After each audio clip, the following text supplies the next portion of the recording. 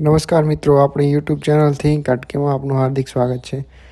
આજના વિડીયોમાં આપણે જોઈશું કે લોકરક્ષકનો અભ્યાસક્રમ, જે ટોપિક વાઇઝ અભ્યાસક્રમમાં શું શું પૂછાવાનું છે અને કઈ રીતે પૂછાવાનું છે એની સચોટ માહિતી આપણે આ વિડીયોમાં જોઈશું. તો વિડીયો પૂરો જુઓ અને ચેનલને સબસ્ક્રાઈબ કરો, વિડીયો લાઇક કરો. ધન્યવાદ. તો આજે હું લોકરક્ષકના અભ્યાસક્રમ વિશે ઉમેદવારોને માર્ગદર્શન આપીશ. તો લોકરક્ષકની અંદર બે પાર્ટની અંદર આપણું એક પેપર લેવાનું છે પરીક્ષાનું. 200 ગુણ છે, MCQ ટાઈપનું છે, એટલે કે 200 હેતુલક્ષી પ્રશ્નો પૂછવામાં આવશે અને 3 કલાકનું પેપર છે. અને એમાં પાર્ટ એ અને પાર્ટ બી બે ભાગમાં આખું પ્રશ્નપત્ર વહેંચાયેલું છે અને એમાં બંનેમાં પાસ થવું ફરજિયાત છે અને બંનેમાં પાસ થવા માટે 40% ગુણ મેળવવા ફરજિયાત છે. હવે આપણે પાર્ટ એની વાત કરીએ. વિદ્યાર્થીઓને ખાસ કરીને એને લગતા જ મુખ્ય પ્રશ્નો હોય છે. પાર્ટ એમાં 80 માર્ક્સ છે, 80 ગુણ છે અને 80 પ્રશ્નો એમાં પૂછાશે અને બંનેમાં હેતુલક્ષી પરીક્ષા છે અને બંનેની અંદર ખોટા પ્રશ્ન માટે માર્ક્સ કપાવવાના છે. 0.25 માર્ક્સ એની અંદર કપાવવાના છે, એટલે કે નેગેટિવ માર્કિંગ છે. હવે પાર્ટ એના અભ્યાસક્રમની વાત કરીએ તો રિઝનિંગ અને ડેટા ઇન્ટરપ્રિટેશન, ક્વોન્ટિટેટિવ એપ્ટિટ્યૂડ અને કોમ્પ્રિહેન્શન. તો પહેલાં આપણે રિઝનિંગ અને ડેટા ઇન્ટરપ્રિટેશનની વાત કરીએ તો એના 30 ગુણ છે, એટલે કે 30 પ્રશ્નો પૂછાશે. અને રિઝનિંગ અને ડેટા ઇન્ટરપ્રિટેશન છે એ ગણિત નથી, એટલું વિદ્યાર્થીઓને હું સ્પષ્ટ કરું. રિઝનિંગ એટલે કે તર્કના આધારે તમારે જવાબ નક્કી કરવાના છે અને ડેટા ઇન્ટરપ્રિટેશન એટલે કે તમને જે માહિતી ડેટા આપેલી છે એ ડેટાના આધારે તમારે પ્રશ્નોનો જવાબ આપવાનો છે. એટલે આ બંને એવા છે કે તમને જે રકમ આપેલી છે, જે વિગતો આપેલી છે પ્રશ્ન, એના આધારે તમારે તર્ક દોડાવીને રિઝનિંગને લગતા, તર્કને લગતા પ્રશ્નો તમારે સોલ્વ કરવાના છે. અને ડેટા ઇન્ટરપ્રિટેશનમાં તમને ડેટા આપેલી છે, જે માહિતી આપી છે અને એ માહિતીના આધારે જે પ્રશ્ન પૂછવામાં આવશે એ પ્રશ્નનો જવાબ આપવાનો છે. એટલે આ બંને ગણિતને લગતા નથી, પરંતુ તમને રકમ સમજતા આવડવી જોઈએ, તમારું મગજ એટલું એલર્ટ હોવું જોઈએ. તમારે, આપણે ગામડામાં પહેલાં પલાખા પૂછતા હતા, બરાબર? તો એ પલાખા જો તમને યાદ હોય અથવા ના હોય તો તમારા વડીલોને પૂછજો. તો એ રીતે તમારે માહિતીને સમજવાની છે અને એ સમજીને એના આધારે તમારે જવાબ આપવાનો છે. એની અંદર ગણિત હોય તો પણ કેવું હોય કે સામાન્ય ગણિત હોય, સરવાળો બાદબાકી કરવાનું હોય કે એવું હોઈ શકે, બરાબર છે? હવે એના પછીનું જે 30 પ્રશ્નો છે એ ક્વોન્ટિટેટિવ એપ્ટિટ્યૂડ છે, એટલે કે ગાણિતિક ક્ષમતા, બરાબર? એટલે એની અંદર તમારું ગણિત આવી શકે, બરાબર છે? તો એની અંદર પણ આપણે આ જે ત્રણેય જે છે, રિઝનિંગ, ડેટા ઇન્ટરપ્રિટેશન અને ક્વોન્ટિટેટિવ એપ્ટિટ્યૂડ, એમાં આપણે અગાઉ પણ મેં કહ્યું હતું કે ગયા વર્ષે આપણે જ્યારે પરીક્ષા લીધી ત્યારે પણ મેં કહેલું કે આપણે 12મા ધોરણના વિદ્યાર્થીઓને ધ્યાનમાં રાખીને એ પ્રશ્નો પૂછવામાં આવશે. એટલે તમે 12મા સુધી જે કંઈ ભણ્યા છો એના આધારે તમારી જે ગાણિતિક આવડત વિકસી છે, તર્ક તમારી અંદર વિકસ્યું છે, તમને કંઈ પણ માહિતી, આપણે રોજિંદા જીવનની અંદર માહિતી આવતી જ હોય છે, તો એ માહિતીને આપણે એનું અર્થઘટન કરીને આપણે જવાબ આપવાની ક્ષમતા તમારે કેળવવાની છે. અને એને લગતા પ્રશ્નો ભૂતકાળમાં બીજી જુદી જુદી પરીક્ષાઓમાં ગુજરાત બહાર જ્યાં પણ પૂછાયા હોય, અથવા તો એને લગતા પુસ્તકો હોય કે ઇવન તમારા 12માની અંદર પણ એવા કે તમારા નીચેના ધોરણોની અંદર એવા પ્રશ્નો પૂછાતા હોય, તો એને ધ્યાનમાં રાખીને તમારે તમારી એક ક્ષમતા વિકસાવવાની છે અને એના આધારે તમે તમારે જવાબ આપવાના છે. અને આનું જે ધોરણ છે પ્રશ્નોનું, એ ધોરણ 12મા ધોરણ સુધીના વિદ્યાર્થી માટેનું છે. હવે ત્રીજું જે છે કોમ્પ્રિહેન્શન ઇન ગુજરાતી લેંગ્વેજ, એટલે કોમ્પ્રિહેન્શન એટલે કે સમજવું, બરાબર છે? એટલે ગુજરાતી વ્યાકરણનો અભ્યાસક્રમમાં સમાવેશ નથી, પણ કોમ્પ્રિહેન્શનનો છે, એટલે ફકરા પરથી પ્રશ્નોના જવાબ આપવાના છે. એટલે એક ફકરો આપેલો હોય અને એના આધારે એ ફકરાને તમારે સમજવો પડે અને એના આધારે તમને જે પ્રશ્ન પૂછ્યા હોય, એટલે કે એમાં તમારા 4 વિકલ્પો જે આપેલા હોય એ વિકલ્પમાંથી તમારે યોગ્ય વિષય પસંદ કરવાનો છે. એટલે ફરીવાર કહું છું કે ગુજરાતી વ્યાકરણ નથી. ઘણીવાર વિદ્યાર્થીઓ પૂછતા હોય કે અમારે વ્યાકરણ માટે શું વાંચવું, નથી, પણ કોમ્પ્રિહેન્શનનો છે, એટલે ફકરા પરથી પ્રશ્નોના જવાબ આપવાના છે. એટલે એક ફકરો આપેલો હોય અને એના આધારે એ ફકરાને તમારે સમજવો પડે અને એના આધારે તમને જે પ્રશ્ન પૂછ્યા હોય, એટલે કે એમાં તમારા 4 વિકલ્પો જે આપેલા હોય એ વિકલ્પમાંથી તમારે યોગ્ય વિષય પસંદ કરવાનો છે. એટલે ફરીવાર કહું છું કે ગુજરાતી વ્યાકરણ નથી. ઘણીવાર વિદ્યાર્થીઓ પૂછતા હોય કે અમારે વ્યાકરણ માટે શું વાંચવું, તો લોકરક્ષકની પરીક્ષાની અંદર ગુજરાતી વ્યાકરણ નથી. એટલે આ આપણે પેપર પાર્ટ એની વાત થઈ ગઈ અને પાર્ટ એમાં તમારે 40% ગુણ લાવવા જરૂરી છે. એટલે બંને ભાગની અંદર 40% ગુણ મેળવવાના છે. હવે પાર્ટ બીની વાત કરીએ તો 120 ગુણ છે, એટલે કે 120 હેતુલક્ષી પ્રશ્નો તમારે ત્યાં આવશે અને એમાં પણ 40% પાસ થવું ફરજિયાત છે. 40% ગુણ મેળવવા, પાસ થવા માટે ફરજિયાત છે. અને એની અંદર જે અભ્યાસક્રમ છે એ ભારતનું બંધારણ, પછી રોજબરોજના બનાવો એટલે કે કરંટ અફેર્સ, સાયન્સ અને ટેકનોલોજી એટલે કે વિજ્ઞાન અને ટેકનોલોજી, અને જનરલ નોલેજ. તો કરંટ અફેર્સમાં જે આપણી આસપાસ જે કંઈ બની રહ્યું છે એની આપણે છાપાઓના માધ્યમથી ટીવીના માધ્યમથી, રેડિયોના માધ્યમથી કે બીજા બધા જે માધ્યમો છે એના માધ્યમથી તમારે એની જાણકારી મેળવવાની થાય અને એના આધારે તમારી પાસે જેટલી માહિતી હોય, તમારી પાસે જે જ્ઞાન ડેવલપ થયું હોય એના આધારે તમે આ રોજબરોજના બનાવો અંગેની માહિતી, બનાવો અંગેના પ્રશ્નોના જવાબ તમે આપી શકશો. સાયન્સ અને ટેકનોલોજી એટલે કે આપણે જેને સાયન્સ ભણેલા છે એવું નહીં.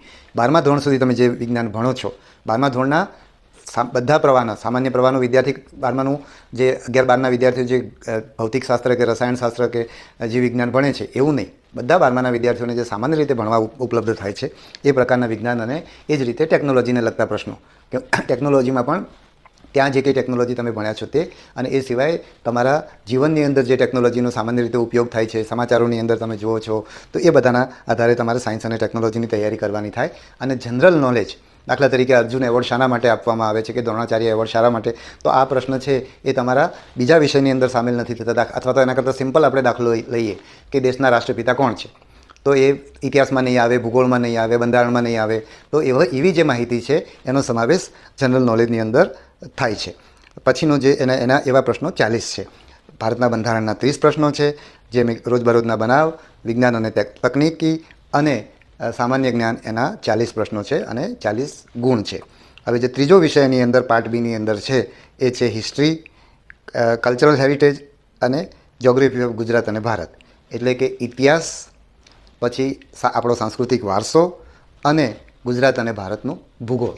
આની અંદર પણ જે આપણા 12મા સુધીના જે આમાં 12મા સુધીનો ઇતિહાસ, 12મા સુધીમાં જે તમે સાંસ્કૃતિક બાબતો શીખ્યા છો એ સિવાય પણ આપણે આસપાસમાં જે તમે જોવા મળતી હોય એ બધી સાંસ્કૃતિક બાબતોનો એમાં સમાવેશ થાય. અને ભૂગોળ અને ભૂગોળ છે એ તમારે ગુજરાત અને ભારતનું ભૂગોળ જે તમારે 12મા ધોરણ સુધીમાં જે આવે છે એનો તમારે અભ્યાસ કરવાનો થાય. અને આના કુલ 50 ગુણ છે. એમ હેતુલક્ષી પ્રકારના પ્રશ્નો 50 અને એના 50 ગુણ છે.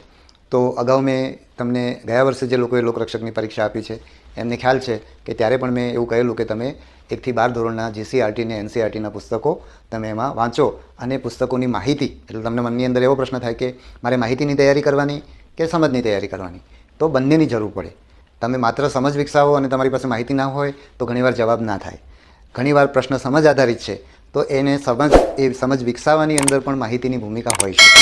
એટલે તમે જૂના પ્રશ્નપત્રો, એટલીસ્ટ મેં જે પરીક્ષા લીધી છે એની અંદર તમે ગયા વર્ષની લોકરક્ષકની પરીક્ષા છે, તલાટીની પરીક્ષા છે, જુનિયર ક્લાર્કની પરીક્ષા છે, તો એ સિવાય પણ જીપીએસસીની અંદર પણ આ પ્રકારના પ્રશ્નો પૂછાતા હોય છે.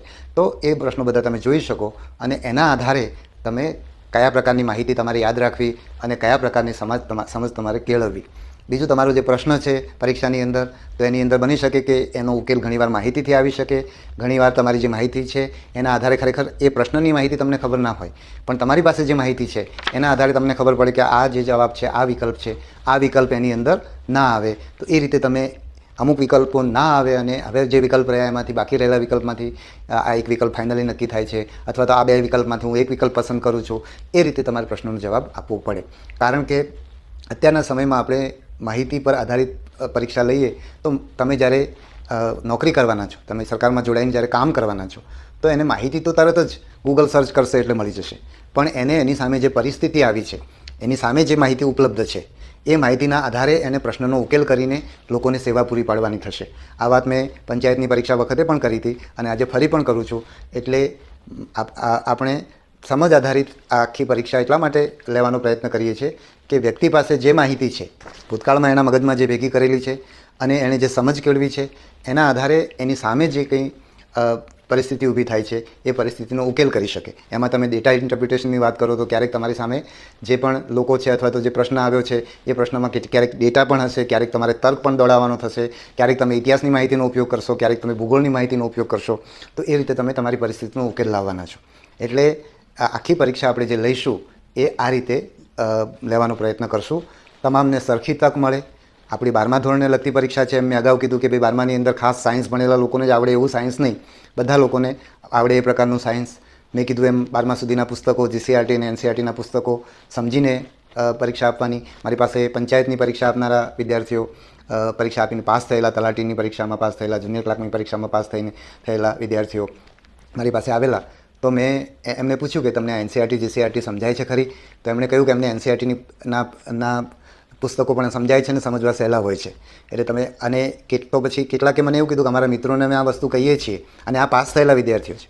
એટલે કહ્યું કે અમારા મિત્રોને અમે આ વસ્તુ કહીએ છીએ તો એ લોકો એની તૈયારી મતલબ એ વાંચવાનો પ્રયત્ન કરતા નથી. વાંચ્યા હોય અને તમે એનસીઈઆરટીના પુસ્તકો વાંચો તો તમને થોડાક જુદા લાગે. બીજું, એનસીઈઆરટીના પુસ્તકો તમારામાંથી મોટાભાગના લોકો ગુજરાતી માધ્યમમાં ભણ્યા હશો એટલે તમે અંગ્રેજીમાં તો નથી વાંચી શકવાના, પણ તમારે હિન્દીમાં વાંચવાના થાય. તો તમે શરૂઆતમાં તમને પહેલાં 2-3 દિવસ વાંચશો તો તમને હિન્દી વાંચવામાં પણ મુશ્કેલી પડશે. મારી પણ વાત કરું તો પહેલાં હું જ્યારે યુપીએસસીની પરીક્ષા આપતો હતો તો હું અંગ્રેજી પુસ્તકો વાંચતો હતો અને મને અંગ્રેજી પુસ્તકો વાંચવામાં તકલીફ નહોતી પડતી. પણ જ્યારે મારી પાસે હિન્દી પુસ્તકો પણ હું દિલ્હીમાં ઇન્ટરવ્યૂ આપવા ગયો અને મારી પાસે જે અંગ્રેજી પુસ્તકો એનસીઈઆરટી સિવાયના પણ અને એનસીઈઆરટીના પણ હિન્દી અનુવાદો મને મળ્યા તો મેં જ્યારે વાંચવાની શરૂઆત કરી તો મને એ મુશ્કેલી લાગી કે આના કરતાં અંગ્રેજી આના કરતાં વધારે સમજાય છે એવું મને લાગ્યું.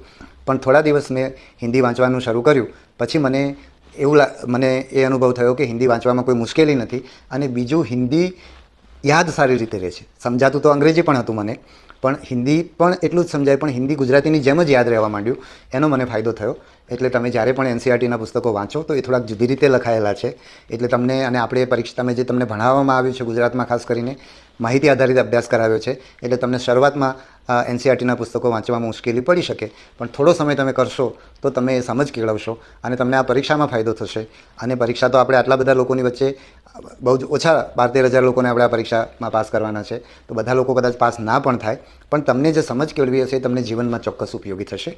એટલે આને શરૂઆત કરો ત્યારે થોડુંક મુશ્કેલ પડે જ, પણ તમે આ રીતે પ્રયત્ન કરજો. અને હું એમ પણ નથી કહેતો કે આ એનસીઈઆરટી અને જીસીઈઆરટીમાંથી જ બધું પૂછાવાનું છે, પણ એનસીઈઆરટી અને જીસીઈઆરટી તમને એ વિષયની જે સમજ આપે અને એના કારણે તમે તમારી આજુબાજુમાં તમે કોઈક વિડીયો સાંભળો છો કે ક્યાંકથી ટીવીમાંથી સમાચાર સાંભળો છો કે છાપામાં કશું વાંચો છો તો તમે એનસીઈઆરટી અને જીસીઈઆરટીનો જે બેઝ બનાવ્યો હશે એ બેઝના આધારે તમને વસ્તુ સમજવાની સહેલી પડશે. અને એમ કરતાં તમારા મનની અંદર માહિતી પણ ભેગી થતી જશે, યાદ પણ રહેતી જશે અને તમારામાં સમજ પણ ડેવલપ થતી જશે. એટલે તમારી પરીક્ષાની અંદર જરૂરી નથી કે એનસીઈઆરટી જીસીઈઆરટીમાંથી પૂછાયેલો પ્રશ્ન હોય, પણ આખી પ્રક્રિયામાં તમે જે સમજ અને માહિતીને જ્ઞાન જે તમને વિકસાવ્યું હશે એ તમને ફાઇનલી પરીક્ષાના પ્રશ્નોને 2 કલાકની અંદર હેન્ડલ કરવા માટેની 3 કલાકની અંદર હેન્ડલ કરવા માટેની તમને આવડત તમારામાં વિકસશે અને એ આવડત તમને સફળ પરીક્ષાની અંદર કરાવશે. અને પરીક્ષાની અંદર તમે સફળ ના થાવ તો એ આવડત આ નહીં તો બીજી પરીક્ષાની અંદર અથવા તમારા જીવનની અંદર એ ઉપયોગી થશે. તો ફરીવાર મને જે હું તમને કહી શકતો તો એ કહ્યું. તમારા મનની અંદર એવો વિચાર આવે કે ભાઈ તમે આને ડિટેલ અભ્યાસક્રમ કેમ નથી આપતા, તો લોકરક્ષકની અંદર જ્યારે ગયા વખતની લોકરક્ષકની ભરતી હતી ત્યારે અમે આ વિશે બહુ ડિટેલમાં ચર્ચા કરી હતી અને અમારા બોર્ડે એ વખતે એવો વિચાર કર્યો હતો કે સરકારે જો ખરેખર ડિટેલ અભ્યાસક્રમ આપવાનો થતો હોત તો સરકારે આપ્યો હોત. એટલે આપણે એને સરકારે જે નિયમો બનાવ્યા છે એની અંદર ફેરફાર ના કરીએ. બીજું, તમારામાંથી કોઈકને એમ થાય કે ભાઈ ઓનલાઈન જે પરીક્ષા હમણાં લેવાની એની અંદર ગૌણ સેવાએ ક્વોન્ટિટેટિવ એપ્ટિટ્યૂડને એનો અભ્યાસક્રમ આપ્યો છે, તો એ અભ્યાસક્રમ અમે એટલા માટે નથી આપવા માગતા કે ગૌણ સેવાની અંદર ઓનલાઈન પરીક્ષા હતી એટલે પરીક્ષા લેનારી એજન્સીઓને એમણે કંઈક સ્પેસિફિક અભ્યાસક્રમ આપવો પડે જેથી એ લોકો રીતે પરીક્ષાની પ્રશ્નપત્ર તૈયાર કરી શકે. પણ આપણી પાસે એ લિમિટેશન નથી. એટલે એટલા